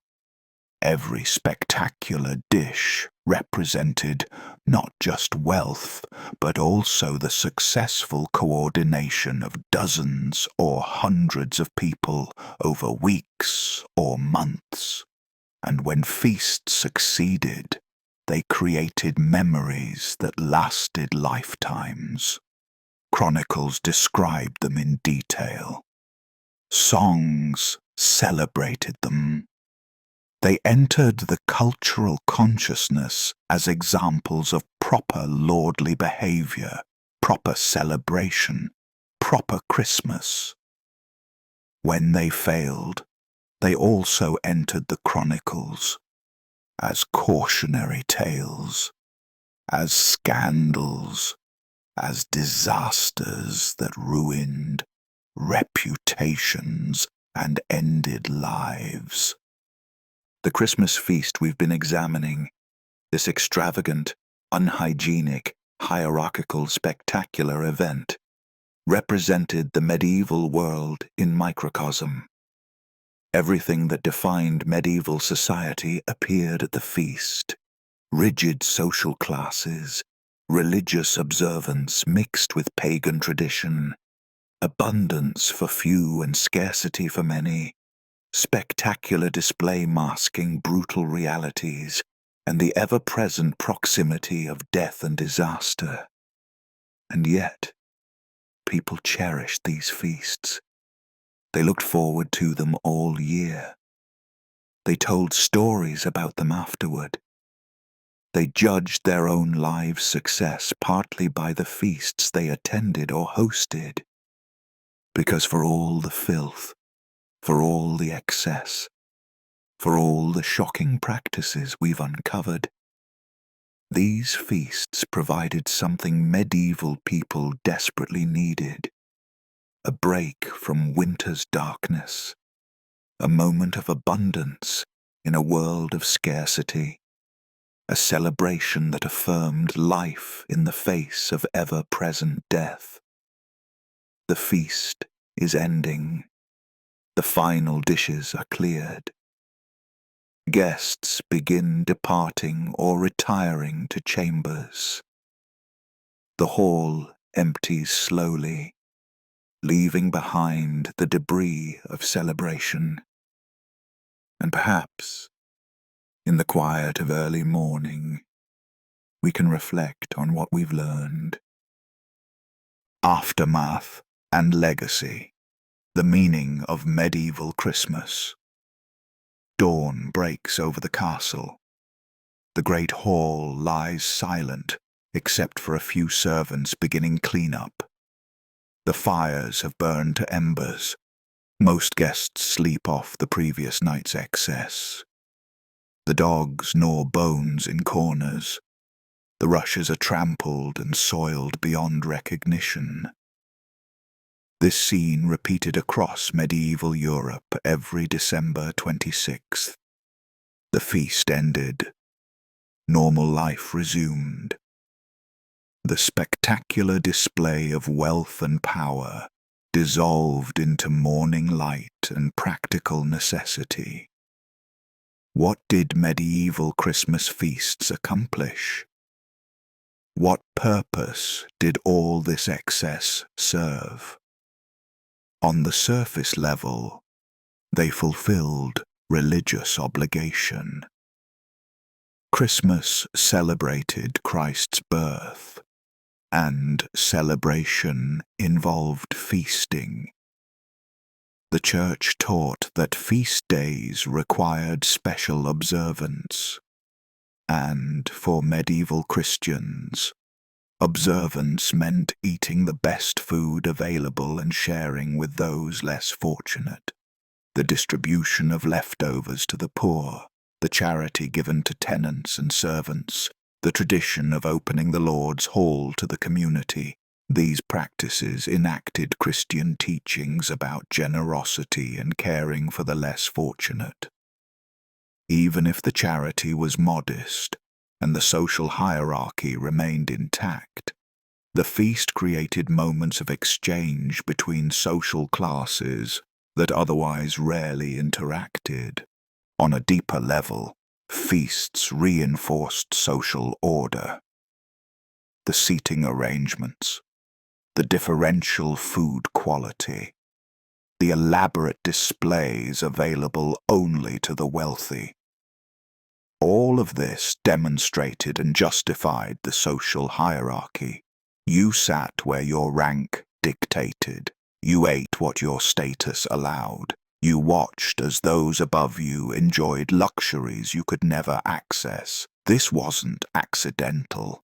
Medieval society needed constant reinforcement of hierarchy because social mobility was limited and life was hard for most people. The feast showed peasants and servants that their lords possessed power and wealth. It showed lesser nobles that greater nobles possessed greater power. It showed everyone their place, but feasts also created obligations. A lord who feasted well earned loyalty from his tenants and servants. He demonstrated that he could provide, that he controlled resources, that he was worth supporting. A lord who feasted poorly, or failed to feast at all, earned resentment and lost prestige. This created a balance.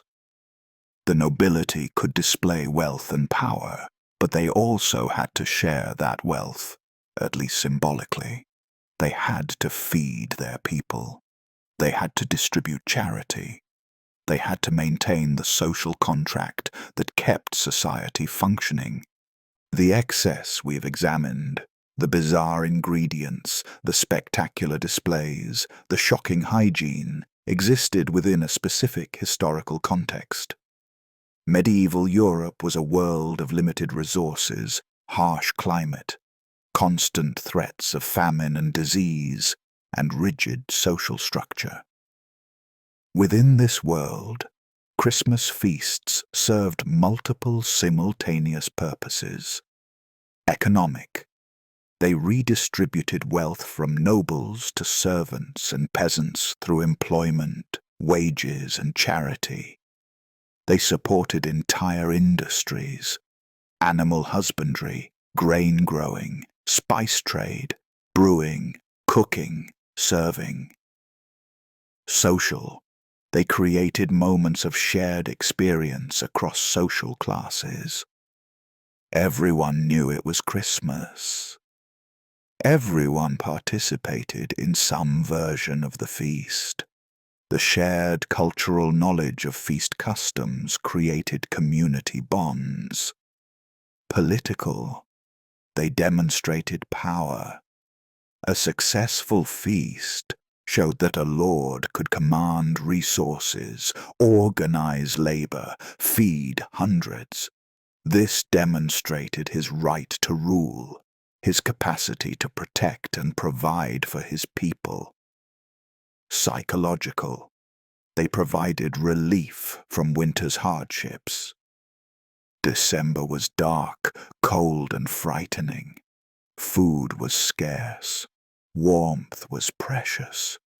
Death was near, from cold, from hunger, from disease. A feast said, "We are alive. We have survived another year. We can still celebrate." These purposes explain why medieval people tolerated or ignored aspects of feasting that modern people find shocking. The unhygienic practices, the excessive waste, the rigid hierarchy, these weren't bugs in the system. They were features. They served the purposes the feast was designed to serve. Modern Christmas evolved from these medieval practices but transformed significantly. The Reformation challenged Catholic feast day traditions. The Enlightenment questioned social hierarchy. Industrialization changed food production and availability. Victorian sentimentality romanticized medieval Christmas while sanitizing its realities. By the 19th century, Christmas had become recognizably modern, family-centered, sentimental, focused on children. emphasizing peace and goodwill. Charles Dickens's A Christmas Carol captured and shaped this transformed holiday. The Cratchit family's modest goose replaced the noble swan. Simple warmth replaced spectacular excess. Kindness replaced hierarchy. We've lost much of medieval Christmas, and good riddance to most of it. We don't serve peacocks with feathers attached.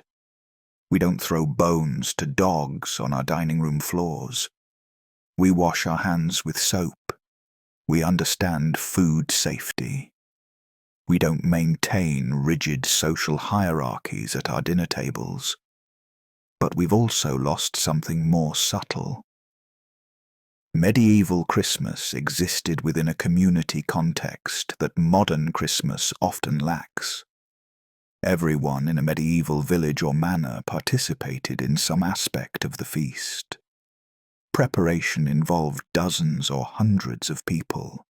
Celebration was communal, not nuclear family-focused. The feast connected you to everyone around you through shared labor, shared food, shared ritual. Modern Christmas, for all its improvements in hygiene and equality, can be isolating. We celebrate in small groups. We buy rather than make. We have no communal feast that brings together everyone in our community. We've gained individual comfort and lost collective experience. Medieval people, for all their hardships, knew something we've partially forgotten: that celebration is communal by nature. That feast means sharing. That special occasions require special effort from everyone, not just whoever can afford to buy the most expensive gifts.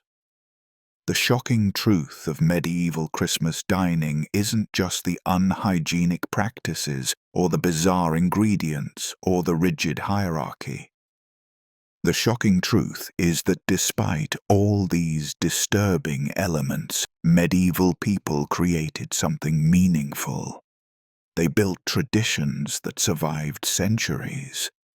They established customs that we still reference, even if we've transformed them. They found ways to celebrate life in the face of winter's darkness and death's proximity. And they did it together. Lord and peasant, wealthy and poor, everyone participated in some version of the Christmas feast. Everyone knew the rituals. Everyone shared the cultural knowledge of what Christmas meant and how it should be celebrated. The hall is clean now. New rushes cover the floor. The tables are dismantled and stored. The dishes are washed and put away. The servants return to normal duties. The nobles depart to their own estates. The castle returns to its everyday rhythm. But the memory remains. Stories from the feast will be told and retold. Remember when becomes a common phrase. Children who experienced their first adult feast will remember it for life. Servants who worked the kitchen will speak of it with pride or complaint. Nobles will compare this feast to others, judging their host's success or failure. The feast mattered because people decided it mattered. They invested enormous resources, money, labor, time, into creating something temporary. A few hours of eating transformed into weeks of preparation and days of cleanup. The economic investment was staggering. The opportunity cost was real. Those resources could have been used differently. But medieval people chose to feast. They chose to celebrate.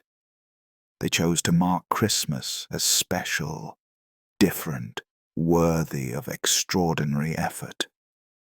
And they chose to remember. Medieval chronicles, letters, account books, poems, All contain references to Christmas feasts. The spectacular ones were documented in detail. The disastrous ones became cautionary tales. The ordinary ones were noted. Celebrated Christmas with due observance. This feast happened. People gathered. Food was shared. The holiday was marked. This documentation is why we know what we know about medieval Christmas dining. The practices seemed important enough to record. Future generations were expected to care about what was eaten, who attended, how much was spent. And here we are, centuries later, still talking about it.